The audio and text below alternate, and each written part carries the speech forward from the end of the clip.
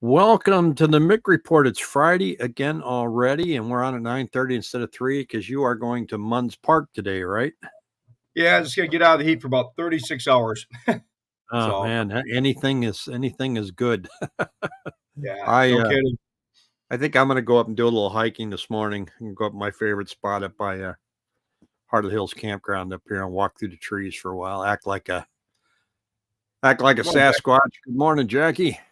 Happy Friday. It came quickly.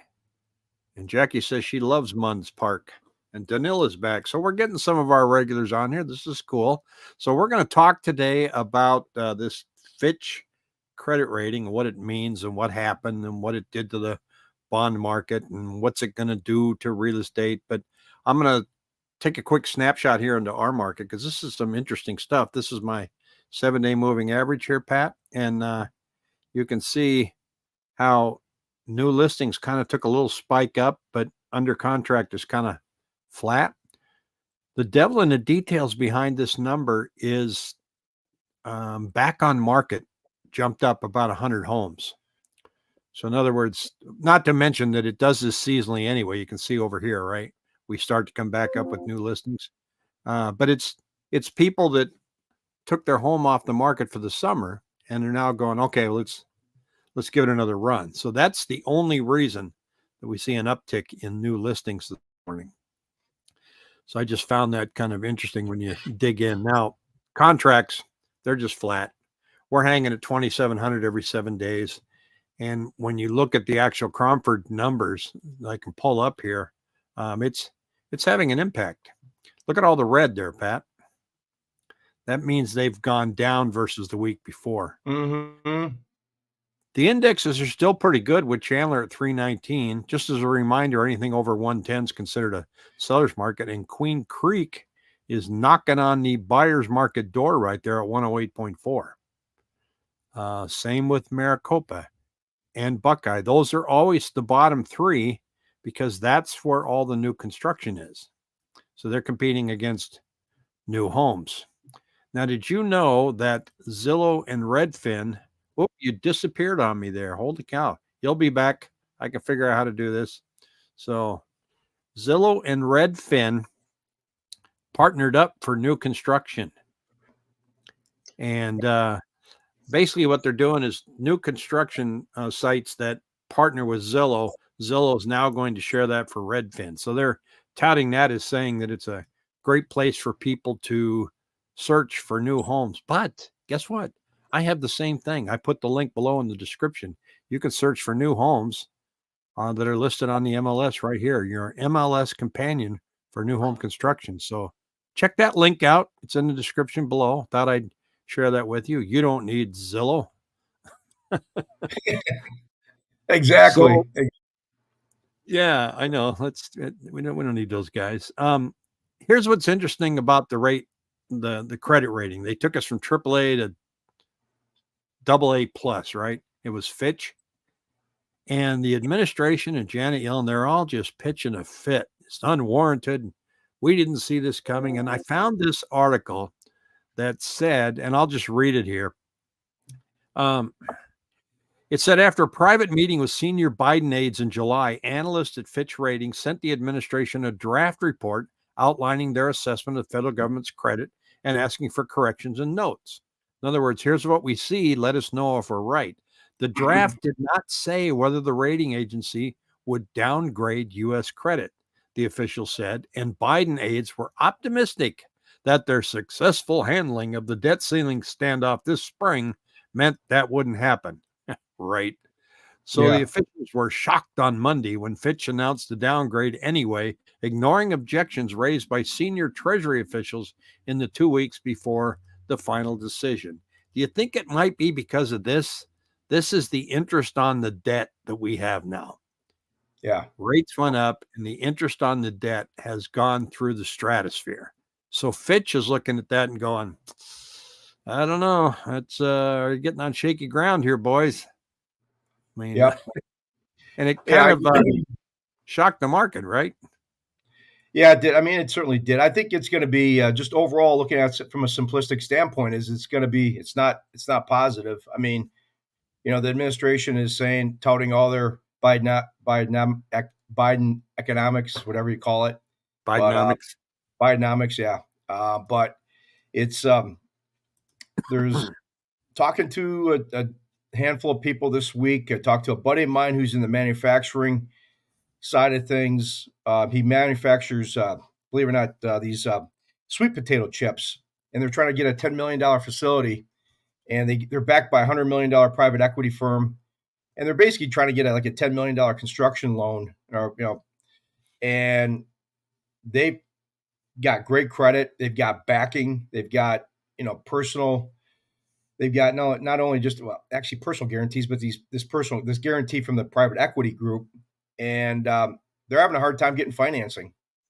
I mean, That's they what I've got been reading, that private businesses are really facing a credit squeeze. yeah. So I think once again, I mean, not to be you know political about this, but I think this administration is not facing the music of what's going on. It just seems like it's a tale of two economies. There's one part of the economy that's doing well, and then you got the other subsection that's fighting rough waters. And I don't think that these guys, once again, it goes back to the Federal Reserve. It just seems like a lot of stuff is politicized, and they're trying to make things rosier than it really is. I mean, things are not terrible, but they're not great either.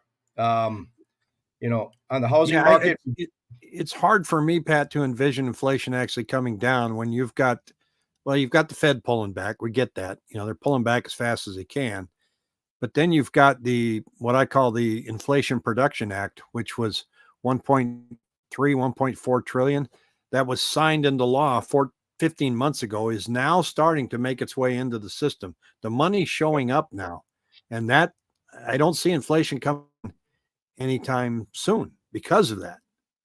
Yeah. 1.4 trillion can't just show up and nothing happens. Yeah. So, I mean, it just seems like it's a tale of a couple different signs in this economy. Like you said, I'm hearing from a handful of people that things, the credit squeeze, you got the, short-term rates going up. We just got a really mixed bag of a lot of stuff going on here. Well, Jackie's got a great question here. Do you think builders with issues getting financing too, could it be affecting why mortgage buy down blocks are going away? No, I haven't heard anything on that, but I think the mortgage buy down blocks going away has to do with basically probably forward contracts that they were buying on, on their financing. So, I mean, that's all. Their stocks are all performing very well. If you look at the builder stocks, they're all almost at their highs. Yeah. Even real estate company stocks, believe it or not, even EXPI is $24 now. It was down to $9 about a year and a half ago. So I look here, and this is interesting. This is price changes, price reductions. They went up a little bit. They were at 1,098 on the 16th, and now they're 1,178. So they're starting to raise the prices a hair. Here's listings under contract. Again, it's summertime. We're sitting here kind of flat, just like last year. Mm-hmm. And kind of like back here and back here, it's more seasonal. Now, I don't see us going this way without any rate relief. So we could end up, I think, the rest of the year just staring at this chart like this. I don't see that making its move. Yeah. I mean, interesting. Great. Go ahead. No, I think, I think, I think we called it in the beginning of the year. I just thought this was going to be a year of muddling along. I didn't see I didn't see anything that really caught my eye as far as just looking over at the whole thing. You can look at certain numbers and get caught up in a certain number, but I just try to take a look at little bits and pieces of everything and try to put together what the heck is really kind of going on. And it's a mixed bag in terms of the economy, the debt. You got the banking situation. I think with if the Feds, obviously there's going to be question mark as far as what they do.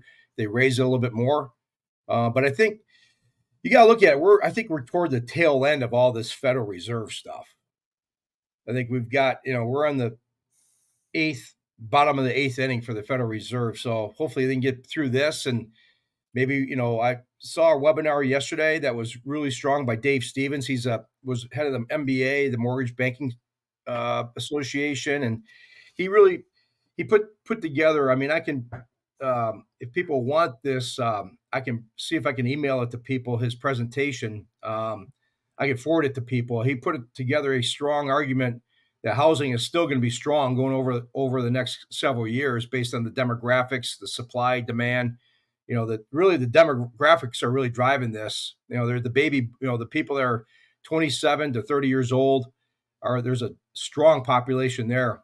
So there's going Yeah, to and still I've got be. a chart. Funny you should say that. I got a chart I'm going to share here in a quick second. So send that to me, Pat. And if anybody wants it, send me an email at rick@rickhelps.com. I'll get it right out.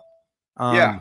While I'm doing that, pull up your chart, because when you dropped off there, your chart went away. But I'm going Oh. to share this one with you that I saw yesterday, and this is U.S. household formations. This kind of tells the whole story, because you look down here at 2013 to 23, the average was 1.4 million households per year, and now we're at 2.1 million households. But if you take a look here between 2020 and 2021, how much household formation there was right here, those are the people that are on the sidelines wanting to buy a house. Look at the size of that number. And now it's still growing. So when you hear the argument that says, well, there's all these people that are waiting. Yeah, they are. And this is why, household formation is just literally just you moved out of mom and dad's place. You may have done it with your girlfriend, your wife, a roommate, whatever, but you've created a new household and they're renting.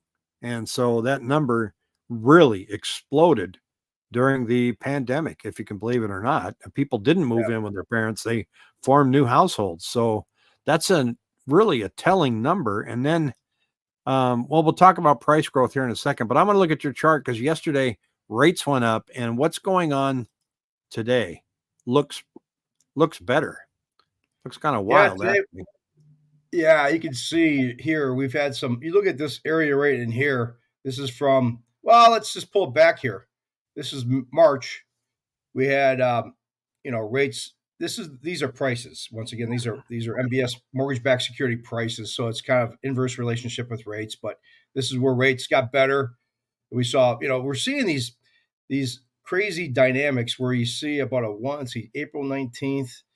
Just seems like these 2 or 3 week periods where you've got these slice and dice type of moments where this is May 11th to May 26th, about 2 weeks where rates went up. Then rates got better. This obviously prices got better in bonds. It kind of stabilized, and then rates got sliced again here, and then they got better. And then look at these. I mean, these swings right here. These are some wild swings. These green bars, these red bars, the real big bars are really wild swings. Like today, the MBS is up. The 5.5 coupon is up 52 basis points. The 10-year Treasury is back down to 4.07. We saw a high today at 420. So I mean, obviously we got beaten up here since the last 2 weeks. We've gotten really beaten up on rates, and then we saw some recovery. So there's some resistance in this channel. And once again, I'm going to pull it back a year, and you can see how we're having these wild swings in this channel. This channel is, I would say, from an interest rate standpoint, 6 3/8 up to 7 1/4. We're kind of in this channel, and they basically Barry, the jobs came out. The job numbers came out today, and the BLS number came in at 187,000 jobs that were created in July, which was it says here weaker than the estimates of 200,000. And it's kind of interesting how the ADP and the BLS, they get the ADP number and the BLS numbers, and they have revisions all the time.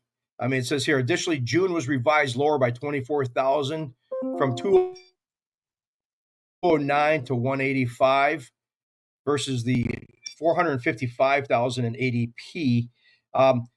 Interesting note here that he said within these notes, he said leisure and hospitality. I'm just going to kind of glean off some of these notes here. He said leisure and hospitality only added 17,000 jobs Another stark contrast to yesterday's ADP report that showed over 200,000 gains in that sector.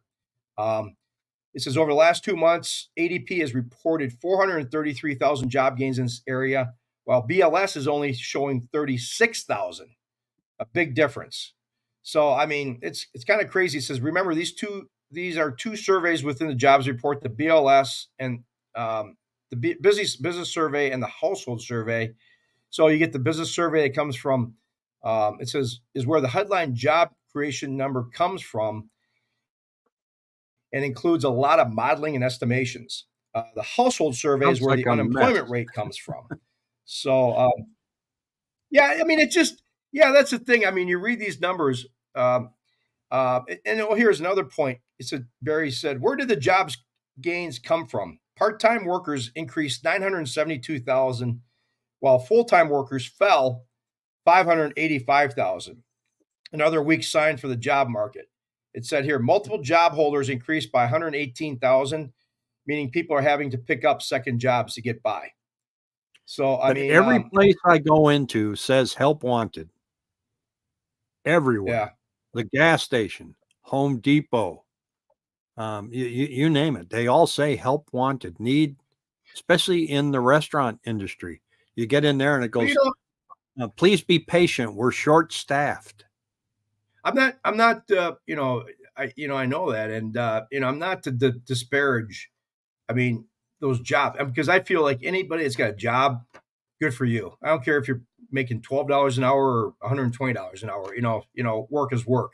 But those jobs, I mean, it seems as though from what I'm seeing is that a lot of these jobs that are created are not the type of job that's going to allow somebody to buy a $450,000 home.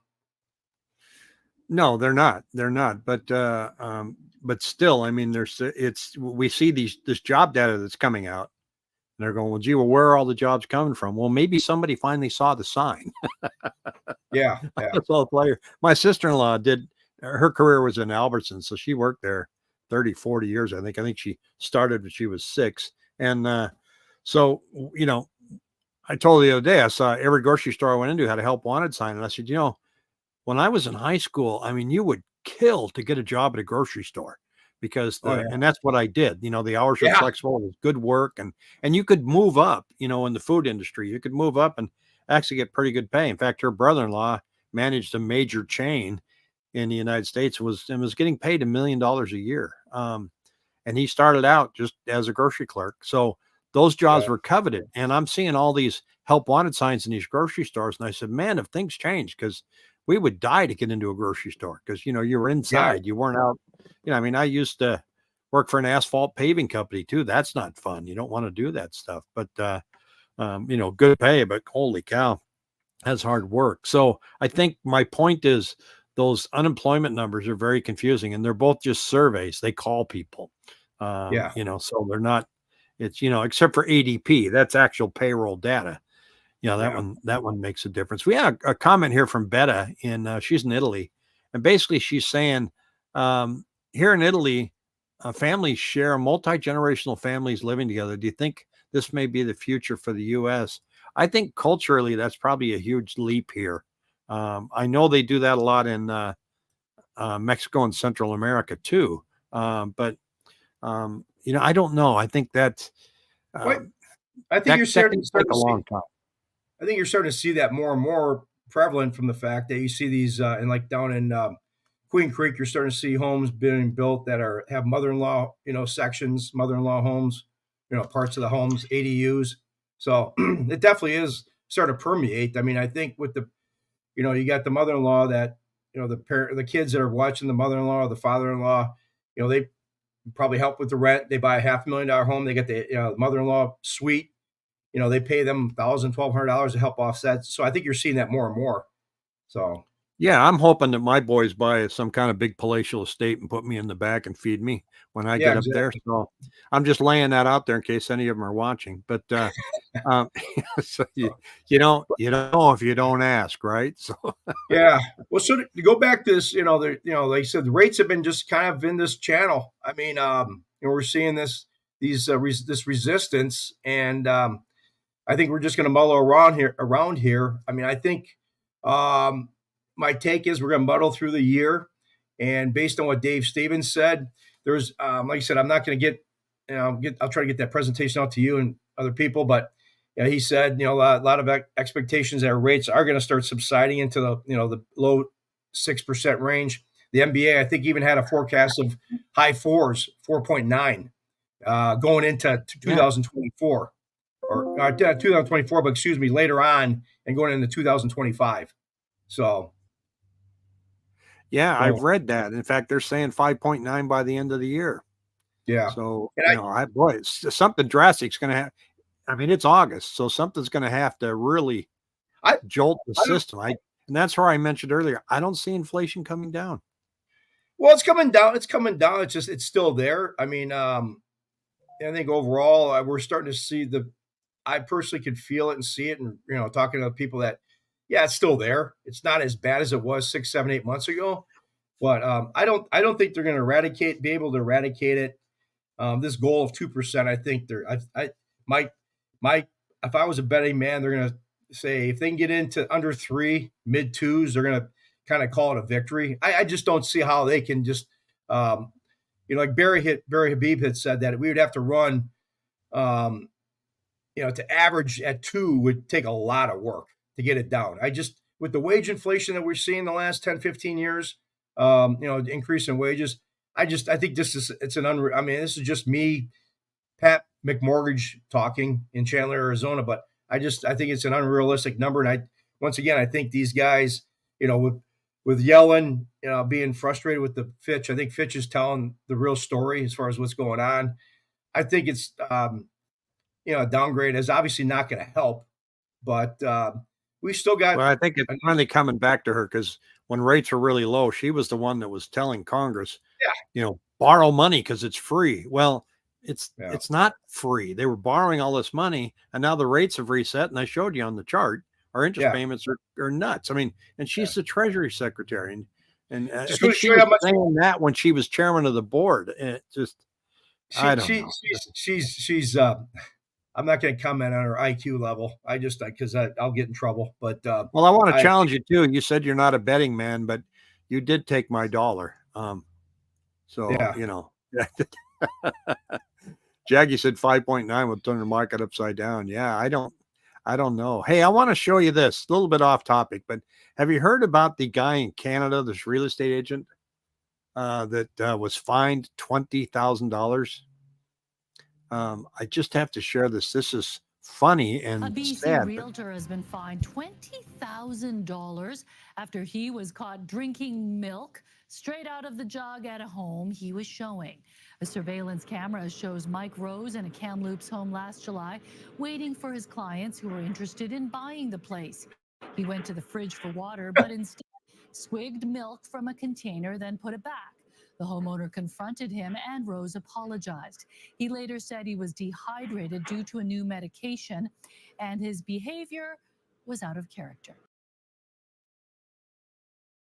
Dehydrated because of a new medication. I give you a break. Oh, and Jackie said he also broke an armchair.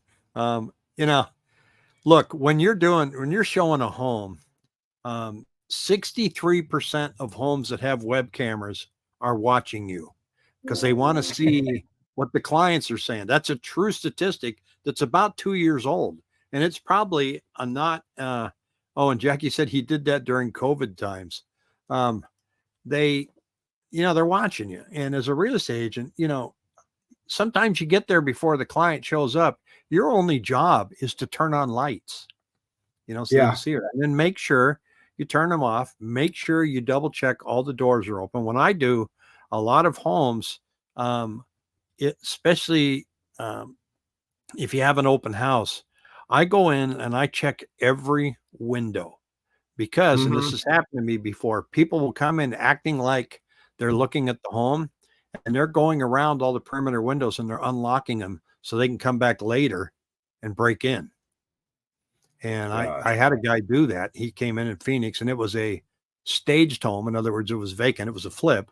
And I just had to creepy feeling about him when he showed up. And so I went out and snapped a picture of the license plate on his car and then came back in. And he goes, okay, great. Well, I'm going to meet my friend here later. And I went back. Sure enough, 2 of the back windows were open. He was ready to come back at night and clean the place out. So you're Wow. not supposed to walk around and open the fridge for if you're thirsty, bring your own water. I mean, that guy, but $20,000, that's in Canada. Their MLS rules must be harsh.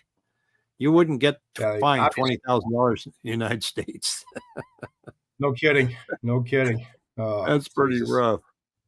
Well, Oh, Pat, I know you're going to head up to Munns Park and have a good time and get out of the heat. And I'm out of the heat as well. So have a great weekend. I may have a video coming out on Sunday night for everybody to ponder and look at. So you going to do anything exciting up there? Going golfing or anything?